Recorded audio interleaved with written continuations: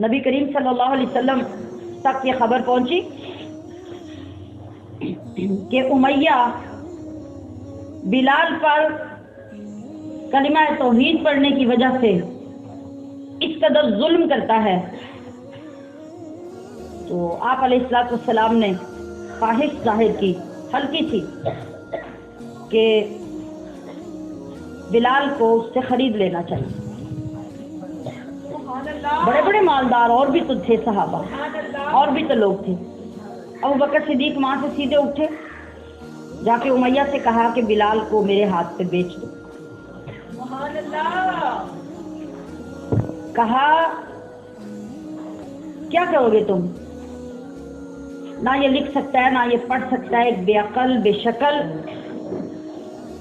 بیکار غلام ہے، تو تم اس کو کیا کرو گے اور اس کی قیمت کیا لگاؤ گے؟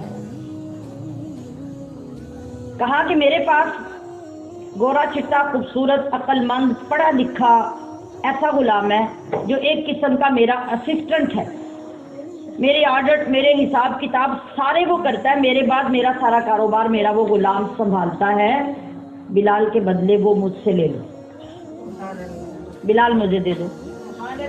کہا اگر میں اس غلام کے ساتھ 10,000 دینار بھی تم سے مانگو اس کی قیمت میں، تو ابو بکر صدیق نے کہا کہ کوئی مسئلہ نہیں، تم وہ بھی لے لو۔ کہا ابو بکر تمہارا دماغ ٹھیک ہے؟ تم اتنے بڑے کاروباری آدمی ہو، بزنس مین ہو، تو تم سودا کیسے کر رہے ہو؟ اتنا قیمتی غلام اس بیکار غلام کے بدلے دے کر بھی میرے مانگنے پر تم 10,000 دینار کو چھوٹی سی رقم ہے، یعنی 10,000 سونے کے سکے، بوریاں بھری ہوئی، وہ تم مجھے اس کے بدلے میں دینے کے لیے تیار ہو؟ کیا ہے اس بلال میں؟ کہا تمہیں کیا پتا، تمہیں کیا پتا، اور مجھے بھی نہیں پتا کہ اس بلال میں کیا ہے، میں تو یہ جانتا ہوں کہ میرے محبوب کی یہ خواہش ہے کہ بلال کو خرید لیا جائے، تو اس کے بدلے مجھے گروی رکھ لے تب بھی میں لینے کے لیے تیار ہوں۔ یہ ارادت ہے، یہ ہے ایک سچے مرید کا کام، اور بارگیننگ کرنا، سودا کرنا، کمی بیشی کروانا، یہ تو سنت ہے نا، نبی علیہ السلام نے، شریعت نے ہمیں اس کی اجازت دی ہے نا۔ لیکن نہیں، اگر ابو بکر صدیق کی اپنی بات ہوتی تو وہ بارگیننگ بھی کرتے، وہ سودا بھی کرتے، کمی بیشی بھی کرواتے۔ اب بات تو ہے ان کے مرشد اعظم کی،